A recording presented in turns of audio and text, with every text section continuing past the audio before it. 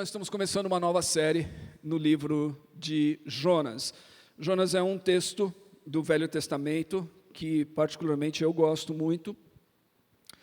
E é um livro para o nosso tempo. É um livro para a nossa época. É um livro totalmente atual. R.T. Kendall diz que o livro de Jonas é um dos livros mais relevantes para o nosso tempo. É um livro totalmente atual. A maioria das pessoas conhecem, ouviram falar do livro de Jonas. A maioria das pessoas ouviram falar do livro de Jonas precisamente por causa dessa imagem aqui, inclusive, o grande peixe, ou a baleia, ou seja lá o que for. A maioria das pessoas ouvem falar do livro de Jonas como alguma coisa que seja até ridícula. Afinal de contas, quem é que pode acreditar nessa história como algo que tivesse acontecido? Nós vamos olhar para Jonas. Nós vamos ver que Jonas é muito mais do que o que muitas vezes as pessoas pensam. Nós vamos, durante os próximos 4 domingos, nós vamos ler a cada domingo cada um desses capítulos. É um livro com 4 capítulos, 48 versículos. Nós vamos ler cada um desses capítulos e nós vamos olhar para a mensagem de Jonas e como ela é tão relevante, tão atual para nós hoje.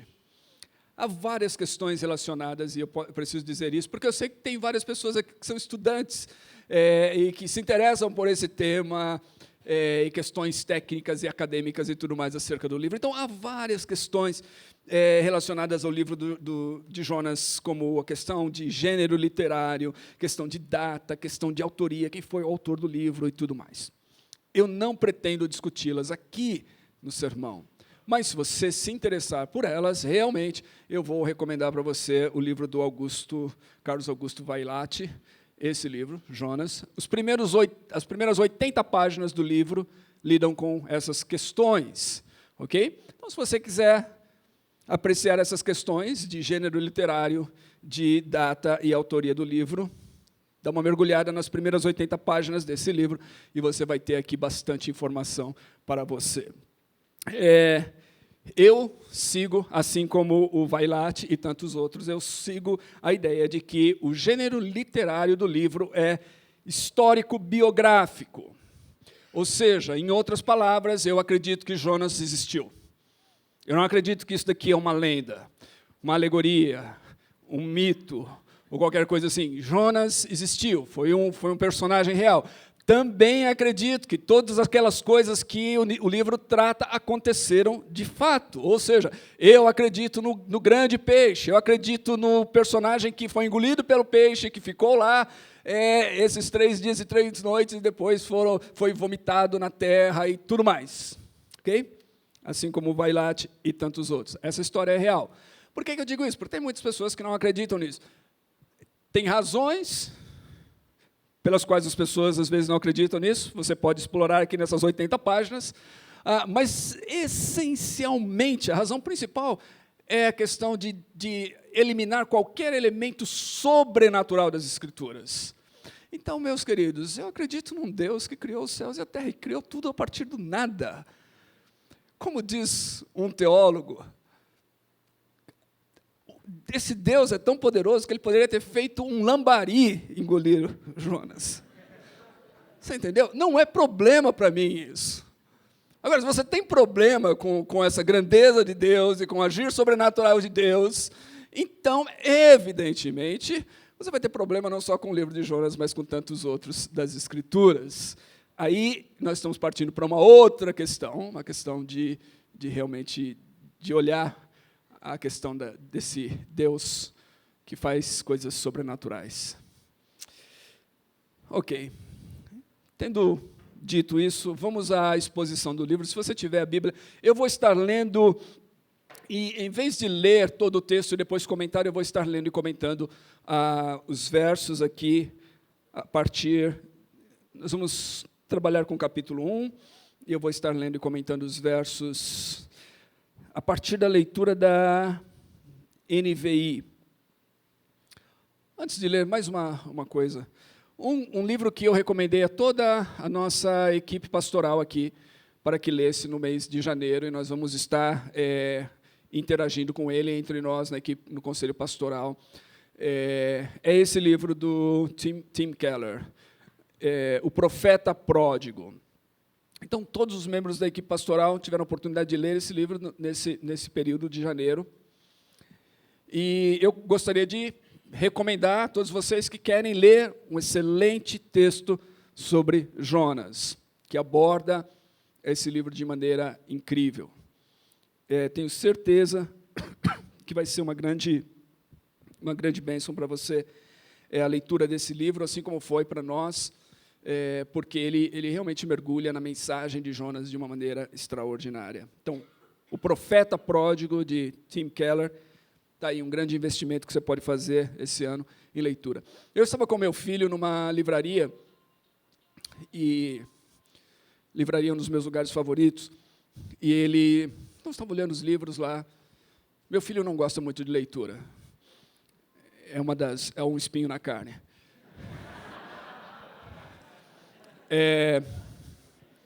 Eu estou sempre tentando incentivar ele e tudo mais. E ele pega esse livro volumoso, ele fala: pai, olha esse livro, olha só. E era um livro do Tolkien, e ele gosta do Tolkien, das séries, gosta mais de assistir do que de ler. Ele estava segurando o livro do Tolkien e falou: pai, olha só quanto tempo, eu nunca vou ler esse livro na minha vida. Aí eu falei para ele: filho, você pode ler esse livro. Se você ler apenas 20 páginas por dia, quanto tempo você vai demorar para ler esse livro? 20 páginas, só, todo dia. E eu mostrei para ele que se ele lesse 20 páginas por dia, em menos de 2 meses, ele leria todo aquele livro. Eu falei: e você pode ler esse livro, aí você vai chegar lá na sua escola e falar assim: pessoal, aí galera, olha o livro que eu li. Aí ele ficou empolgado, momentaneamente. Mas eu quero só dizer para vocês que é possível. Então, um livro desse aqui você vai ler em menos de 10 dias. Se você ler 20 páginas por dia, você vai ler esse livro em menos de 10 dias. Então, eu quero encorajar vocês realmente a abraçar a leitura. A maioria das pessoas, se você ler 20 páginas por dia, no final do ano você vai ter lido mais ou menos 30 livros. Eu não sei quantos livros você leu no ano passado, mas talvez você não tenha lido tanto assim. Esse ano você pode ler mais do que o ano passado, com apenas 20 páginas de leitura todos os dias, ok? Então, quero encorajar você. Vamos voltar aqui. Muitas coisas. Vamos voltar ao texto de Jonas. Diz assim: a palavra do Senhor veio a Jonas, filho de Amitai, com esta ordem. Então, aqui diz que a palavra do Senhor veio, ou seja, Deus falou com Jonas. Não sabemos como ele falou, se foi através de um sonho, se foi uma voz que veio do céu. De alguma forma, Deus falou com Jonas. Diz que esse Jonas é o filho de Amitai, e a gente vai encontrar nas Escrituras, em 2 Reis 14, um Jonas, filho de Amitai, que era profeta. Então, nós cremos que se trata da mesma pessoa, que era esse Jonas, filho de Amitai.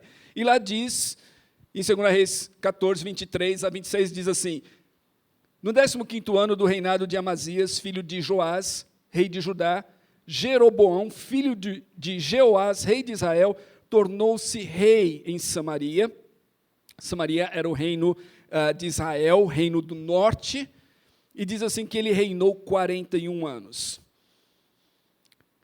Acerca do caráter desse rei, diz que ele fez o que o Senhor reprova, e não se desviou de nenhum dos pecados que Jeroboão, filho de Nebate, levara Israel a cometer. Então, está tratando aqui de Jeroboão II. Ele reinou por 41 anos, fez o que o Senhor reprova, não se desviou dos pecados, ou seja, ele não mudou a atitude, ele continuou praticando os mesmos pecados que o seu antecessor, coisas que Deus reprova. E diz assim, que foi ele quem restabeleceu as fronteiras de Israel, desde Lebo-Amate até o mar de Arabá, conforme a palavra do Senhor Deus de Israel, anunciada pelo seu servo Jonas, filho de Amitai, profeta de Gat-Efer. O Senhor viu a amargura com que todos em Israel, tanto escravos quanto livres, estavam sofrendo, não havia ninguém para socorrê-los. Então Jonas viveu nesse tempo, no tempo do reinado de Jeroboão II. Isso coloca a atividade desse profeta no 8º século antes de Cristo. E no cânon hebraico. A posição em que Jonas encontra na Bíblia hebraica está justamente entre Obadias e Miqueias, que é a posição na nossa própria Bíblia, o que significa que os judeus consideravam, então, que Jonas era, de fato, um profeta do 8º século antes de Cristo. É interessante, curioso só para nós, à medida em que a gente vai olhar esse livro nas próximas semanas, é que Jonas é um profeta dessa pequena cidade na Galileia dos gentios, que é muito próximo, apenas 5 quilômetros de uma outra cidade bem conhecida para nós cristãos, a cidade de Nazaré. Então, Jonas era daquela região, da Galileia dos gentios. Ele era profeta, possivelmente foi sucessor de Eliseu, e ele era contemporâneo de outros profetas como Oséias e Amós. Ele estava acostumado, então, a ouvir a voz de Deus, e pelo menos aqui nós vemos em uma instância, ele profetizou algo bom. Ele trouxe boas notícias em um período difícil, em um período que é descrito aqui quando tanto escravos quanto livres estavam sofrendo, onde a desgraça, a miséria havia alcançado todos na nação, todos estavam sofrendo, havia uma grande amargura entre as pessoas por causa do sofrimento. Ele trouxe boas notícias. Quais eram as boas notícias? Notícias de expansão, notícias que seriam restabelecidas as fronteiras de Israel. E isso que ele profetizou se cumpriu. Ou seja, em outras palavras, houve um sucesso militar de expansão, de restabelecer as fronteiras, consequentemente de beneficiar a população e o povo na época de Jonas. Essas foram as boas notícias que ele trouxe através da sua profecia. Uma boa profecia, vamos dizer assim, uma profecia de algo bom, de bênção. Todo mundo quer receber profecia de bênção, não é verdade? Todo mundo, tem pessoas que querem, quero ouvir a palavra do Senhor para me abençoar, uma palavra de prosperidade, de vitória, de bênção. Você vai ser bem-sucedido, Deus vai expandir os seus negócios, a sua vida, a sua família, bênção. Essa foi a profecia de Jonas, durante aquele reinado do rei Jeroboão II. Lembrando que o rei Jeroboão II não era um rei temente a Deus. Era um rei que continuava pecando, que continuava fazendo coisas erradas. Note como isso é importante. Às vezes, Deus abençoa até mesmo aqueles que estão fazendo coisas erradas. Deus abençoa. Às vezes, a pessoa está indo para o caminho do erro, e Deus ainda assim está abençoando por um tempo. Então, é isso que aconteceu ali. E Deus abençoou não por causa do coração do rei, não por causa da atitude do rei. Deus abençoou por causa da compaixão dele para com o povo que estava sofrendo. Então, às vezes, Deus pode abençoar um governo que não teme a ele, que não teme o nome dele, que é contrário a ele, por causa do seu povo, numa nação, num determinado tempo, numa determinada época. É muito importante a gente lembrar isso. Aí, no versículo 2 diz que, ou melhor ainda, no versículo 1 diz que veio essa palavra do Senhor a Jonas. Agora, a palavra que veio a Jonas desta vez é um chamado para uma profecia totalmente diferente daquela. Primeiro, no local. Nunca antes um profeta havia sido chamado, nem antes nem depois, para ir a uma outra nação, ou uma nação estrangeira, podemos dizer assim, para anunciar a palavra de Deus. Isso não era comum. Profetas profetizaram acerca de outras nações. E a gente vai ler uma dessas profecias aqui. Eles profetizaram acerca de nações que não a nação de Israel. No entanto, não foram chamados para ir até essas nações e entregar as suas profecias. Jonas foi um único, foi singular nesse aspecto. E aí a gente encontra aqui, então, no versículo 2, essa palavra do Senhor que veio a ele. Diz assim: vá depressa à grande cidade de Nínive e pregue contra ela, porque a sua maldade subiu até a minha presença.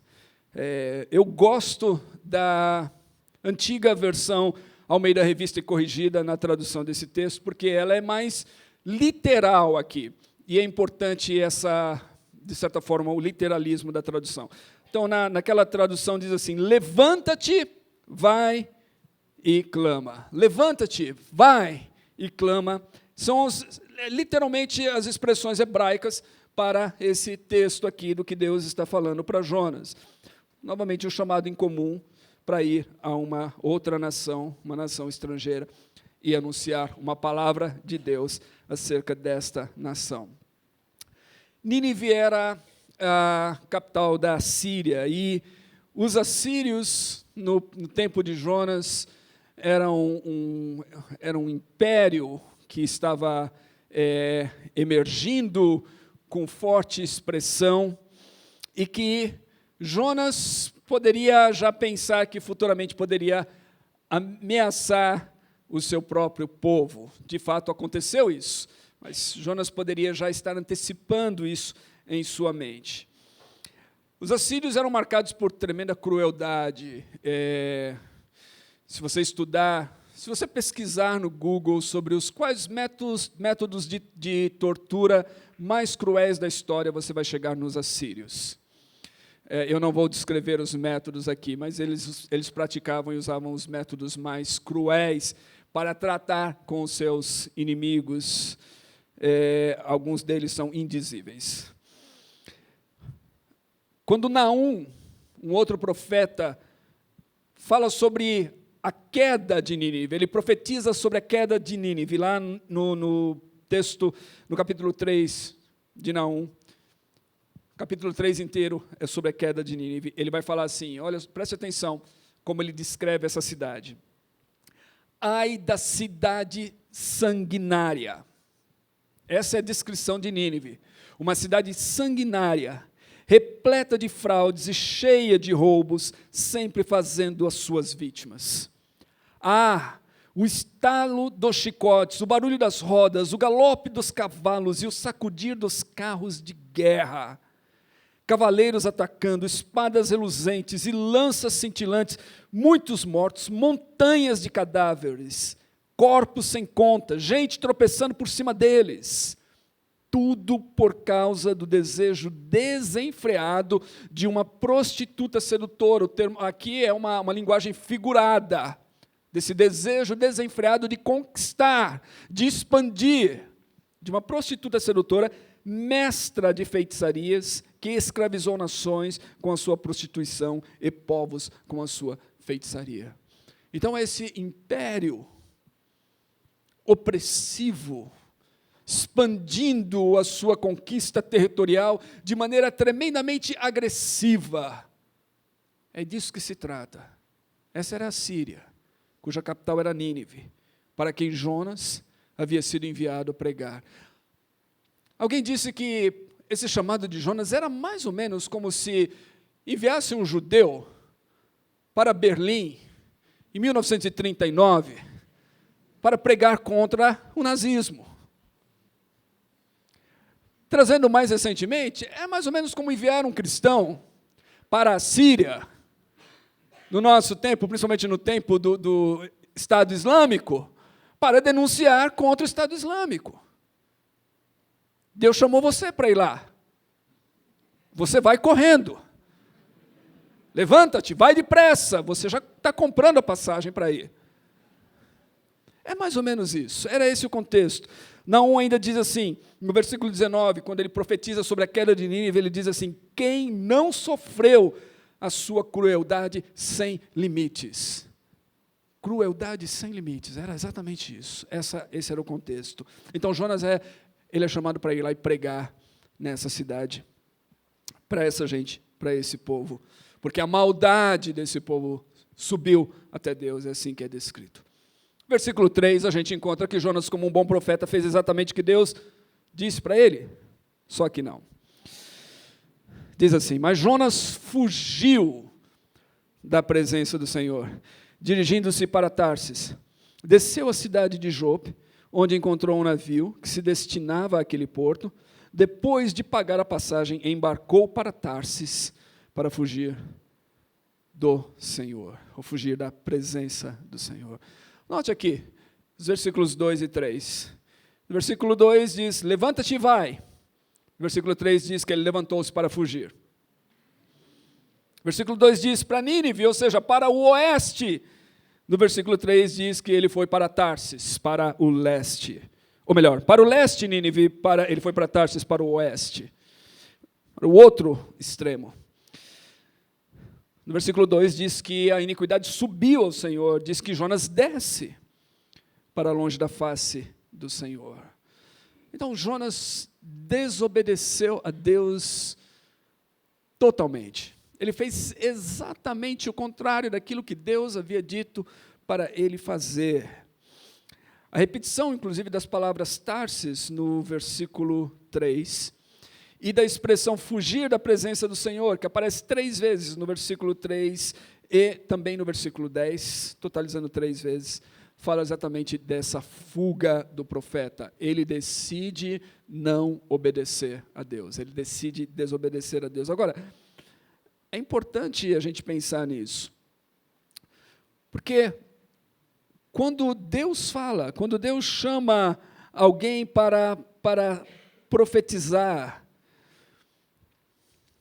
naquele período, o profeta profetizava. Amós 3,8 diz assim: o leão rugiu, quem não temerá? O Senhor soberano falou, quem não profetizará? Esse era o contexto. Jonas era um homem, a gente pode dizer, um homem de Deus, um profeta que já havia tido profecias cumpridas, comprovadamente um profeta de Deus, não um falso profeta. Ele era um homem de Deus, um homem fiel a Deus. O Senhor soberano falou, quem não profetizará? Pergunta Amós. Esse era o contexto. Então aqui é um ato de desobediência, de enfrentamento a Deus. Jonas decide enfrentar esse Deus soberano, indo na direção contrária. Tarsis era o fim do mundo, no sentido oposto. Nínive, como eu disse, estava ao leste, Tarsis estava ao oeste, Tarsis era possivelmente uma cidade da Espanha. Era o fim do mundo, daquela época, do mundo conhecido na época. E Jonas decide então embarcar em um navio que estava indo para o lugar mais distante do chamado que Deus tinha para a sua vida. E a pergunta é, pode um homem fugir de Deus? Pode alguém fugir de Deus? Quando a gente chegar no capítulo 2 desse livro, a gente vai encontrar o Salmo de Jonas, a oração de Jonas. E a gente vai ver que essa oração, que esse Salmo de Jonas, ele reflete muitos dos salmos que a gente encontra na Bíblia. Cada versículo naquela oração, cada versículo naquele Salmo de Jonas pode encontrar uma referência a ele nos outros salmos da Bíblia. O que nos leva a imaginar que Jonas estava familiarizado com os salmos, que ele estava familiarizado com essa maneira de se expressar e de falar com Deus, de orar a Deus. E no Salmo 139, a gente encontra no versículo 7 a seguinte pergunta: para onde poderia eu escapar do teu Espírito? Para onde poderia fugir da tua presença? É possível fugir de Deus? O salmista diz, não há como fugir de Deus. Alguém disse que tentar fugir de Deus é como tentar fugir do ar. Nele nós vivemos, nos movemos e existimos.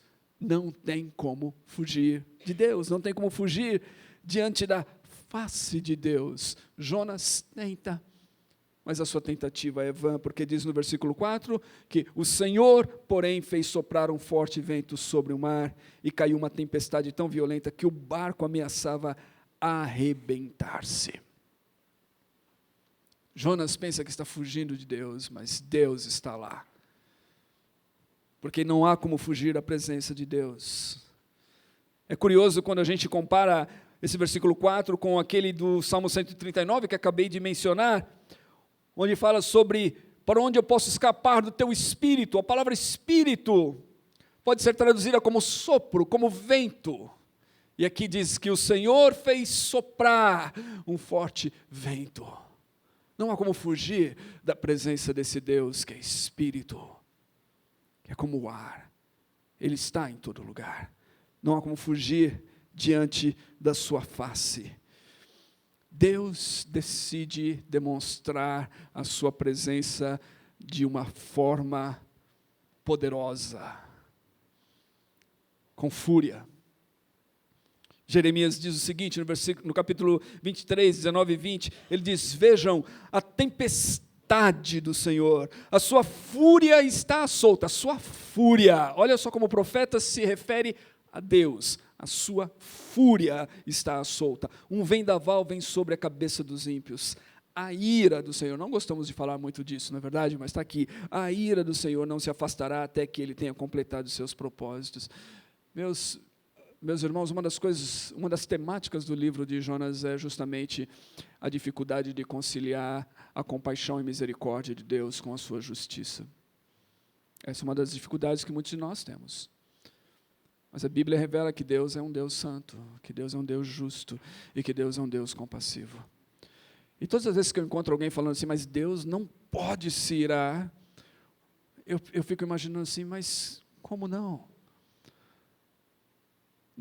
Nós esperamos que Deus seja menos justo, ou tenha menos senso de justiça do que nós. Quantas vezes nós nos iramos diante da maldade?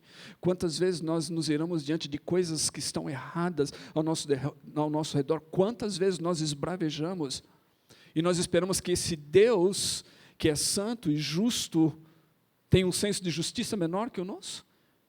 Que Ele nunca vai se irar com o mal? Deus se ira com o mal. Muito mais do que eu ou você somos capazes de imaginar. Deus se ira com o mal. E aqui está essa representação de Deus. Então, Deus está indignado com o profeta que tenta fugir da sua face, e Deus faz com que essa indignação se manifeste através de uma forte tempestade. E essa tempestade alcança um barco, um navio, em direção à cidade de Tarsis, no meio do oceano. Alguns especulam, não dá para saber, a mera especulação de que umas 100 pessoas estavam a bordo daquele navio, entre a tripulação e os passageiros. Estão lá, sendo confrontados com essa tempestade, esse vento forte da ira de Deus, que se abate sobre eles. Keller diz, nesse livro que eu recomendei para vocês, ele fala assim, todo ato de desobediência a Deus tem uma tempestade vinculada a ele. Todo ato de desobediência tem uma tempestade vinculada a ele. Não pense que você vai desobedecer a Deus e você não vai sofrer as consequências. Toda nossa desobediência tem uma tempestade vinculada a ela. A Bíblia não diz que toda dificuldade é consequência do pecado. Em contrapartida, ela de fato ensina que todo pecado trará dificuldades. Ou seja, não é tudo que acontece, toda dificuldade na nossa vida significa que nós pecamos. A gente vive num mundo encharcado pelo pecado. O pecado ao nosso redor, o pecado das outras pessoas, as decisões erradas, os descaminhos de outros atingem a nós. Veja só, Jonas era o grande culpado nesse negócio. O profeta de Deus era o culpado ali. Quem é que está sofrendo as consequências? Jonas? Não só ele, mas umas 100 pessoas a bordo daquele barco, de repente se veem acometidos por uma fúria do oceano, do mar, uma tempestade violenta. Esses homens, esses marinheiros eram os fenícios. Os fenícios, no mundo antigo, eles eram os experts em navegação. Eles conheciam o mar, eles conheciam o oceano, eles estavam acostumados a isso. Jonas era de um povo que estava na terra, não estava acostumado com esse tipo de coisa, mas os marinheiros estavam. No entanto, a tempestade é tão brutal que vai dizer lá no versículo 5 que todos os marinheiros ficaram com medo e cada um clamava ao seu próprio Deus. Cada um clamava ao seu próprio Deus e atiravam as cargas ao mar para tornar o navio mais leve. Ou seja, eles clamam aos seus deuses, eles tentam aliviar a carga no navio para que ele se torne mais leve, eles estão desesperados e com medo. Enquanto isso, o causador de tudo aquilo, Jonas, diz assim, que tinha descido no porão e se deitara e dormia profundamente. O pessoal lá está tentando se livrar. É isso que eu digo para você, quando nós erramos, ou quando alguém peca, nós podemos sofrer as consequências do pecado de outros, ou outras pessoas podem sofrer as consequências do nosso pecado. E às vezes a gente não está nem aí. Não é verdade? Mas o pecado tem consequências. É importante a gente lembrar disso daqui. Esses homens estão desesperados porque eles estão sofrendo as consequências não do pecado deles, mas estão sofrendo naquele momento as consequências da desobediência de Jonas, que estava dormindo profundamente. A ideia do texto aqui é que ele estava roncando no seu sono. Eles jogam as cargas no mar, mas a carga verdadeira ali, o peso, era o profeta desobediente. Isso é que havia traído a tempestade. Como diz o Augustus Nicodemos, com Jonas no barco tudo vai muito mal. Jonas desobediente no barco ali, a coisa não estava indo muito bem. No versículo 6 diz que o capitão dirigiu-se a ele e disse: como você pode ficar aí dormindo? Levante-se e clame ao seu Deus. Talvez ele tenha piedade de nós e não morramos. Jonas estava dormindo, roncando. De repente, ele ouve uma voz, e é aí que eu digo que, porque eu gosto da tradução antiga da Almeida Revista e Corrigida, que diz, levanta-te e clama, porque é exatamente essa expressão inicial do chamado de Deus para Jonas, exatamente essas palavras são usadas agora pelo capitão do navio para acordar e despertar Jonas do seu sono. É como se Deus estivesse falando com ele novamente, mas dessa vez não é Deus, é um homem, é o capitão do navio, chamando ele para acordar, para levantar, para invocar, clamar ao seu Deus. O profeta de Deus, o homem de Deus, aquele que deveria ser porta-voz da palavra de Deus, está sendo repreendido pelo capitão de um navio. Um fenício, alguém que não seguia o seu próprio Deus. Inclusive os termos em hebraico aqui, quando se trata de Jonas, falando sobre Deus, e dos marinheiros, ou do capitão falando sobre Deus, os termos são diferentes. Jonas usa o termo, para falar de Deus, ele fala de Javé. Eles usam o termo genérico para falar de Deus, Elohim. São termos diferentes. Jonas fala do Deus da aliança, do Deus do concerto, do Deus do seu povo, do Deus que se revelou a ele. Esses homens, eles são politeístas, cada um clama ao seu próprio Deus. Eles usam uma expressão genérica para falar sobre Deus. A gente encontra São Jerônimo dizendo exatamente essa questão. Ele fala assim, que os que ignoram a verdade não ignoram a providência, e sob o erro da religião sabem que alguma coisa deve ser venerada.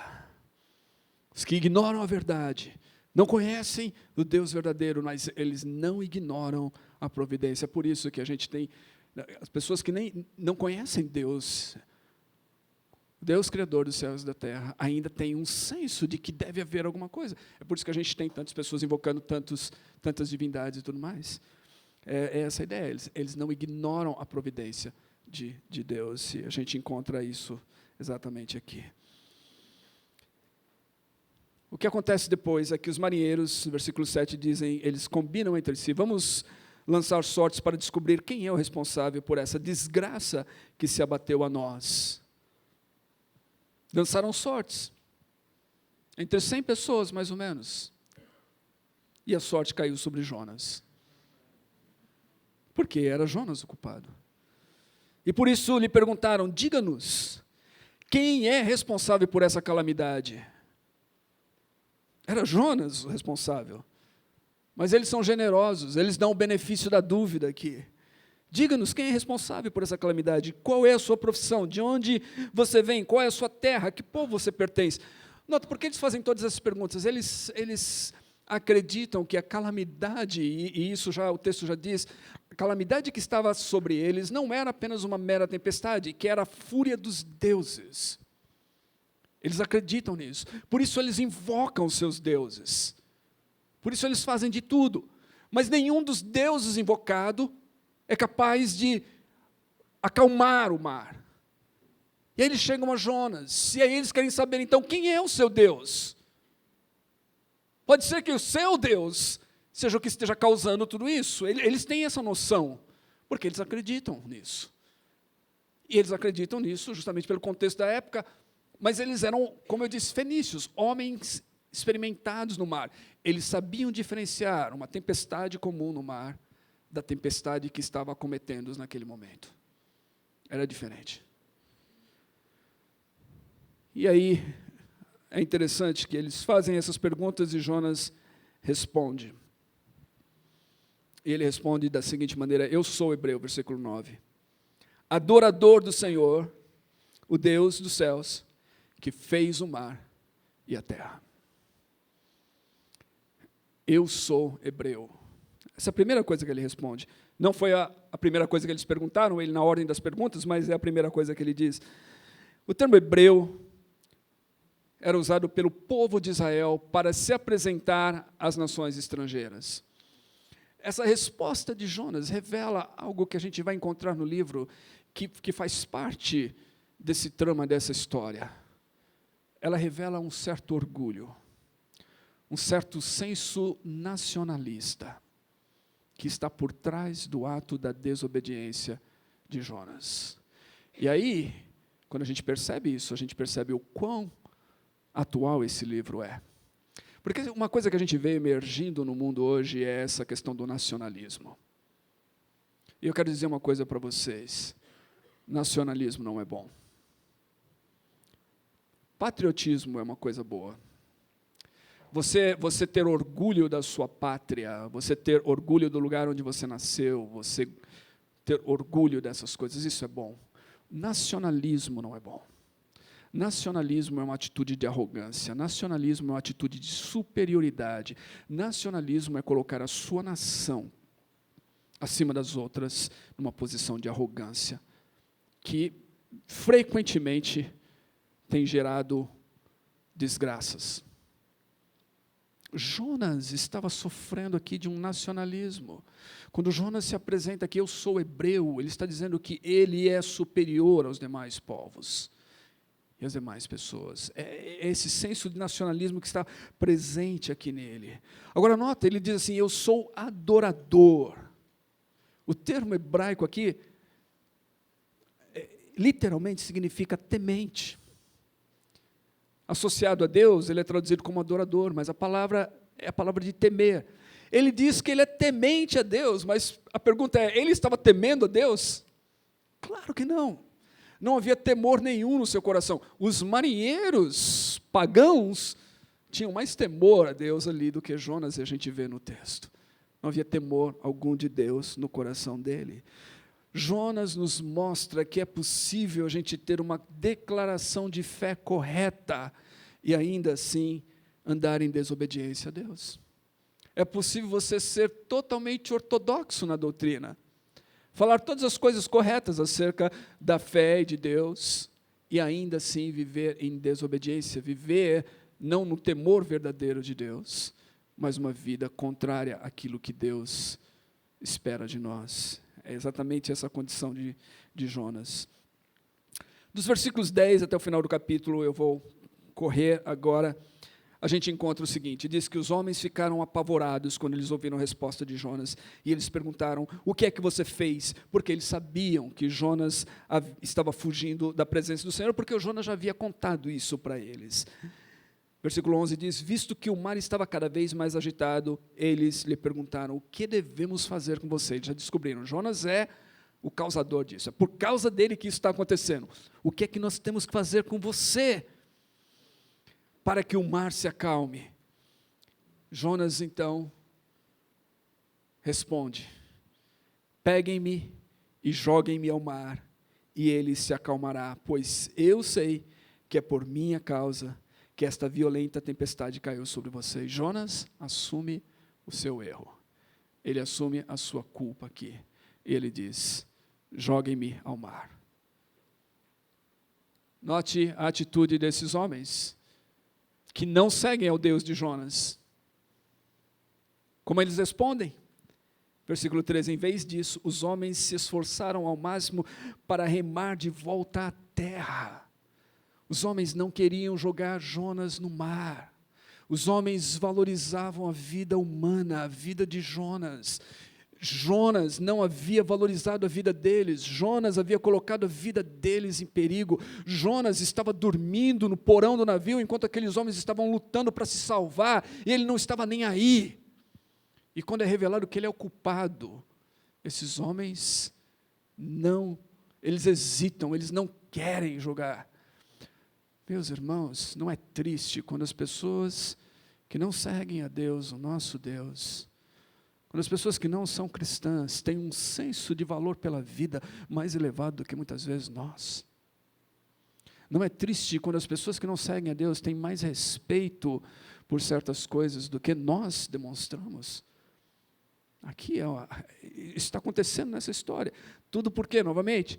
Porque a mente de Jonas estava poluída por esse nacionalismo. E aí o que acontece? Eles não conseguiram, o mar estava ficando cada vez mais violento, versículo 14. Então eles clamaram ao Senhor, eles vendo que não tinha jeito, que a única solução seria jogar Jonas no mar. Eles clamam ao Senhor, e é interessante que aqui o termo é usado, eles clamam ao Deus de Jonas. Eles haviam clamado aos seus próprios deuses, aqui o Senhor é o Deus de Jonas. Eles agora se dirigem então ao Deus de Jonas, que ele apresentou a eles, a Yahvé, e eles clamam: Yahvé, nós suplicamos, não nos deixe morrer por tirarmos a vida desse homem. Não caia sobre nós a culpa de matar um inocente. Jonas não era inocente, mas eles: não caia sobre nós a culpa de matar um inocente, porque tu, ó Senhor, fizeste o que desejavas. E em seguida eles pegaram Jonas e o lançaram no mar enfurecido, e este se aquietou. No momento em que Jonas cai nas águas, o mar se aquieta, porque o peso que estava causando tudo aquilo não era a carga que eles jogaram, era Jonas. Então esses homens, no versículo 16, tomados de grande temor ao Senhor, novamente, a Yahvé ou Javé, eles ofereceram um sacrifício e se comprometeram por meio de votos. Essa é a história do capítulo 1. Essa é a história da desobediência do profeta que conhecia Deus, que conhecia a compaixão de Deus, porque Deus foi compassivo para com o seu povo. Quando abençoou o seu povo, ele profetizou, e Deus abençoou o seu povo, mesmo quando o rei era iníquo. Ele conhecia a compaixão de Deus, um Deus que age, porque é compassivo. Mas essa história de um profeta que deixou com que seu coração ficasse tão poluído ideologicamente, esse é o termo. Ideologicamente, ele ficou tão poluído ideologicamente, que ele perdeu de vista a compaixão de Deus. Eu quero pontuar duas coisas em relação a isso, para a gente concluir. A primeira delas, e essa aplica as duas se aplicam a todos nós aqui, mas a primeira delas fica bem claro aqui nesse capítulo seguinte: você não tem como fugir de Deus. Se você conhece a palavra de Deus, se você conhece a vontade de Deus, se você conhece a Deus, pode chegar momentos na sua vida em que você talvez se sinta tentado a fugir de Deus, mas eu quero dizer para você, não há como fugir de Deus. Ok? Não há como você fugir da presença de Deus. De fato, se você tentar fugir da presença de Deus, a sua vida vai se tornar uma vida miserável. Essa é a realidade. Pode até parecer que você esteja indo bem. Note, Deus fala para Jonas: vá para Nínive.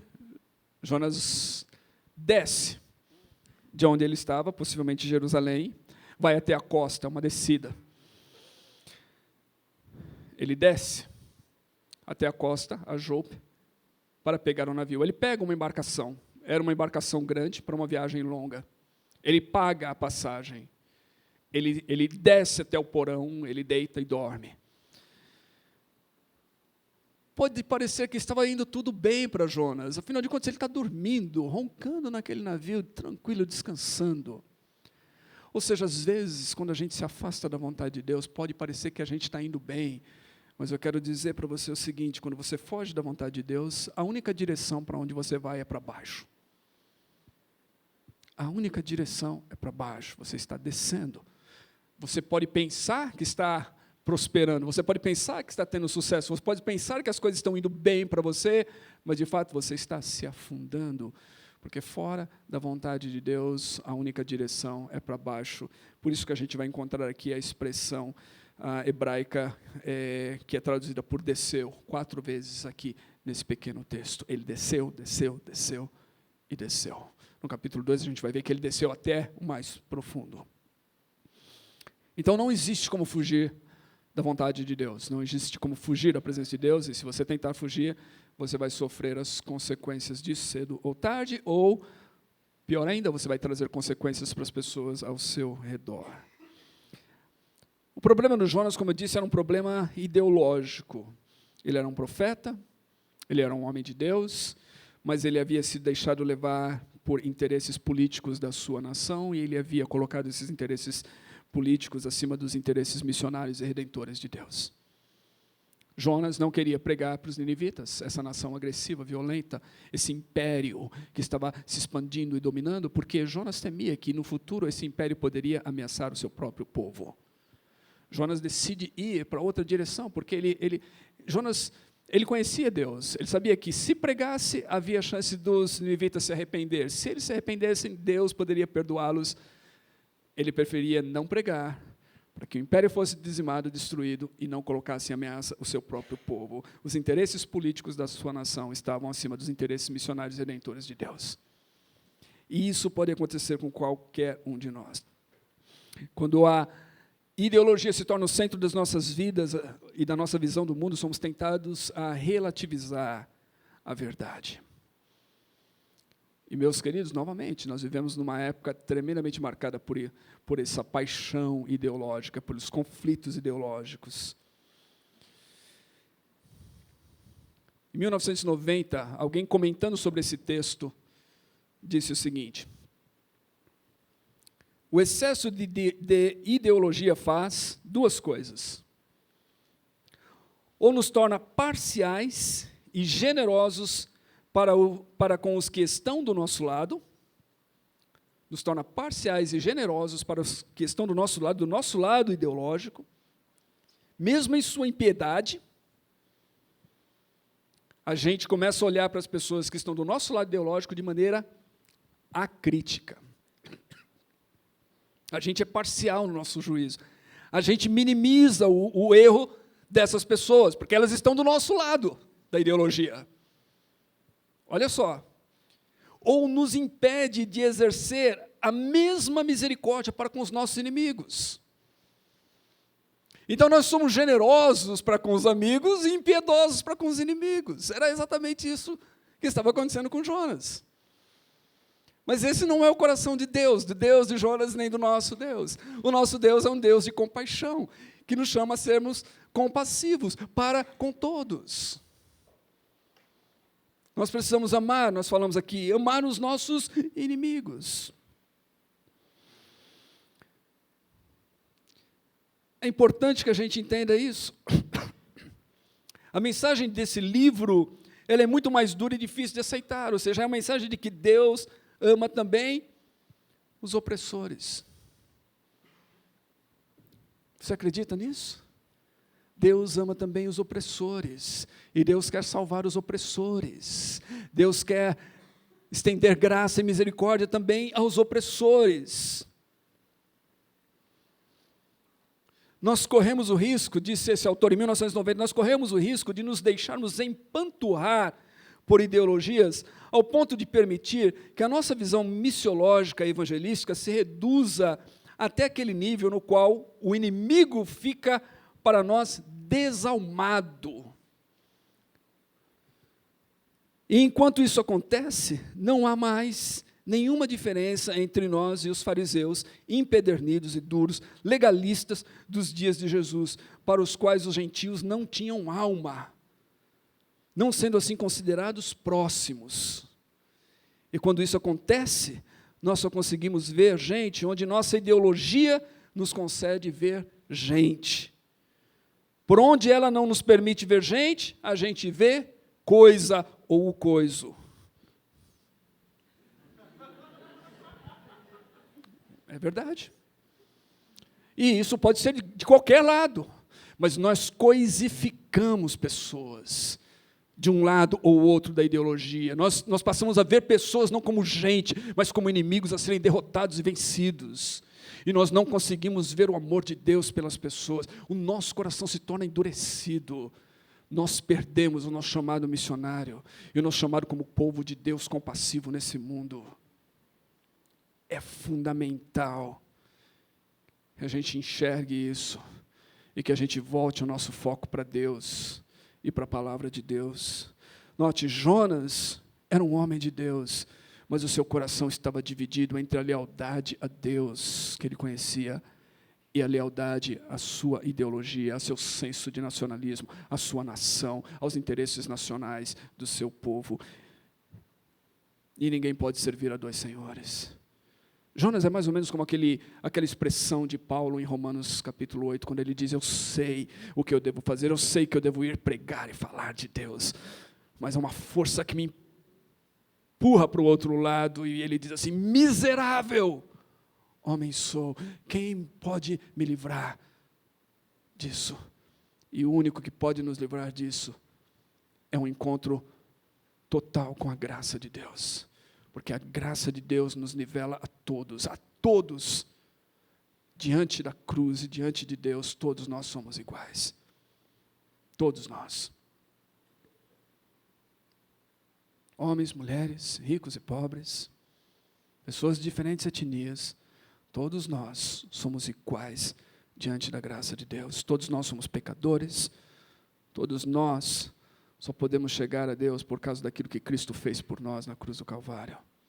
E todos nós podemos ser perdoados e redimidos e reconciliados com Deus. E essa é a mensagem que Jonas estava deixando de ver e entender. Evidentemente, ele não entendia plenamente essa mensagem nos seus dias, mas nós entendemos, nós estamos depois de Jonas, nós podemos olhar para esse texto. E nós não conhecemos não só o texto de Jonas, mas nós conhecemos os evangelhos. E nós podemos olhar para esse texto e para os evangelhos e saber, essa é a mensagem que Deus nos deu para transmitir ao mundo. A nossa mensagem ao mundo é uma mensagem de reconciliação, a mensagem do evangelho. A nossa esperança não está numa ideologia, não está num sistema, a nossa esperança está no reino de Deus, vindo a esse mundo. Se nós perdermos isso de vista, novamente nós vamos agir como Jonas. E nós vamos nos ver fugindo, ou tentando fugir da vontade de Deus, de fazer aquilo que Deus nos pede. E nossa vida vai se tornar miserável. Que Deus nos livre disso. E que Deus nos ajude a seguir e anunciar a mensagem de compaixão de Deus, a mensagem de salvação, a mensagem da cruz, a mensagem de reconciliação. Que passemos a ver pessoas como pessoas e não pessoas como coisa.